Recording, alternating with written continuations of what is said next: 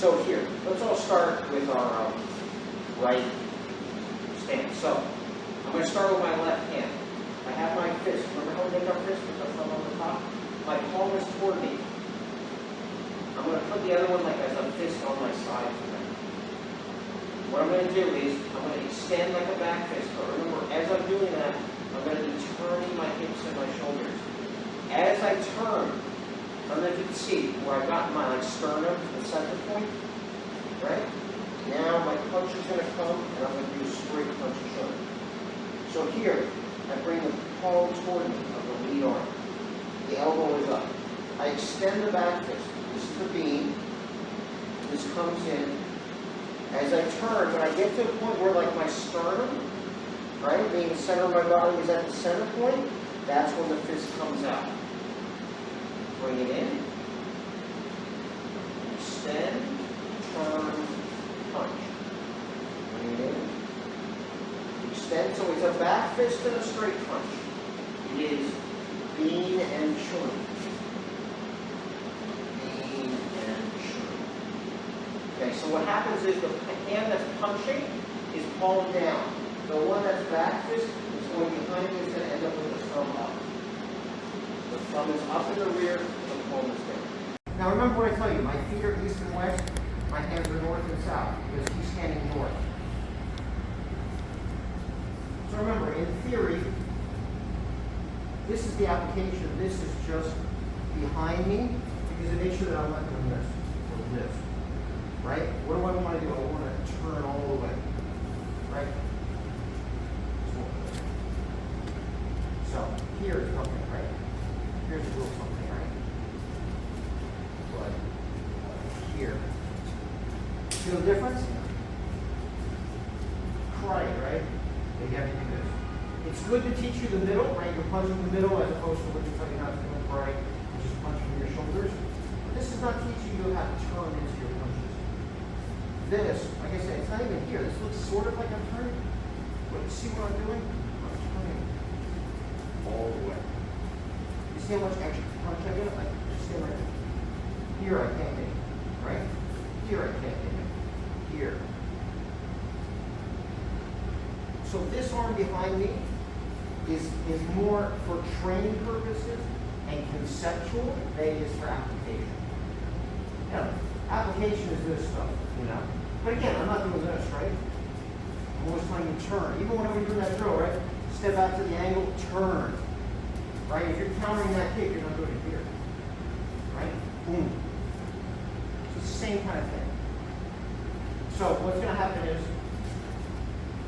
yeah, see, I'm going to let him do 10 punches on me.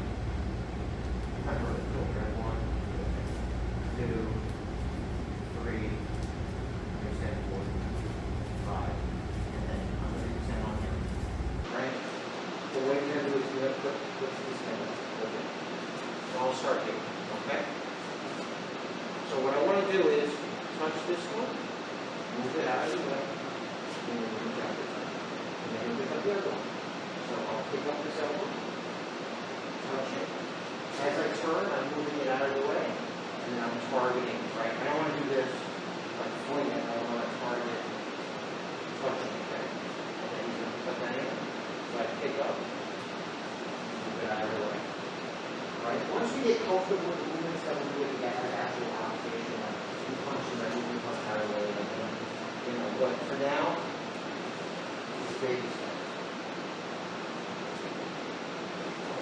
And focus on how this hand is doing this, you turn your shoulder. Right? Focus on how this hand turns. Turns. See how the shoulder's turning? Well, it makes the shoulder turn also.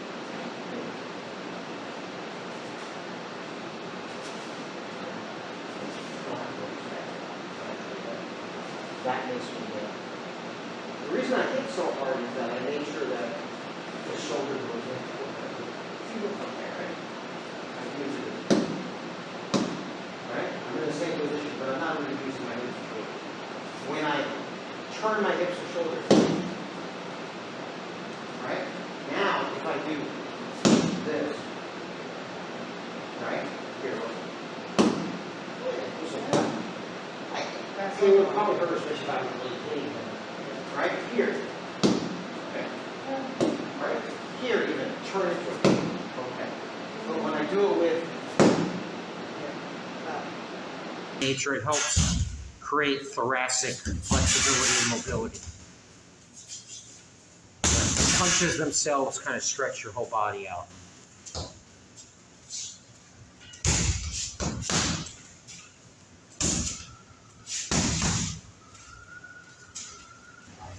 I'm also thinking about like striking, where I'm striking. So bean to the back, right?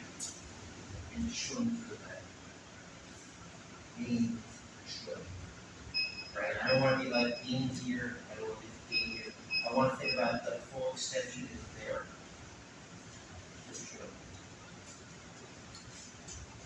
Now when I go back, obviously,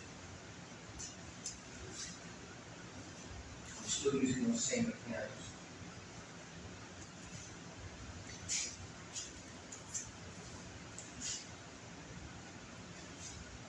And this you can think about as, right, throwing them over my leg.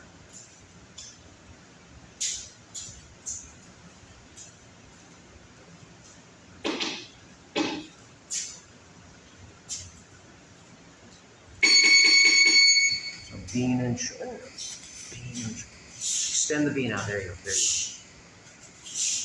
Ah. The right, when you bean with your right, you're not fully extending it. There you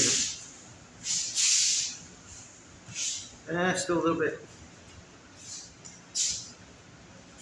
There you go. There you go. Stance, right? My feet are here and here. So I go here, here, and here. When I go from basically the normal stance, as I step, you see the difference? You see where I am as opposed to being here? Right here. So I go. So if my right steps, my right bean joint, left Chyuhn, and it's at an angle. With my left step, left bean joint, right Chyuhn. Also notice something. I go to the head with the bean, but the body with the Chyuhn. And this is also why bean is this way as opposed to, I would never go Hua Chyuhn. I always go bean Chyuhn, because this, if he was punching me, would clear that area. If I did this, I would knock his arm into the way of mine. So again, side stance, just for repetition, is a different relationship between my hand and my feet. When I'm using the bean Chyuhn in the 7-star footwork, see, different angle. But I still want to use the bag so I know that I'm hitting the right place.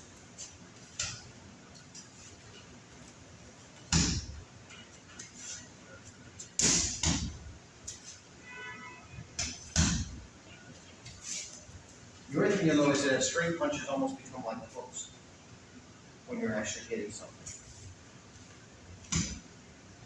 And they can be because I can go 1, 2, 3, 4, and then, you know what I'm saying?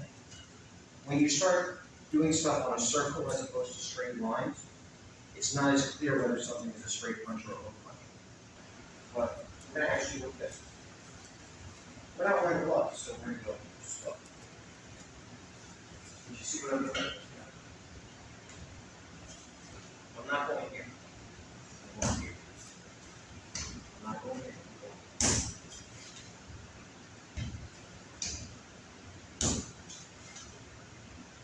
That makes sense? Yeah. I don't want to go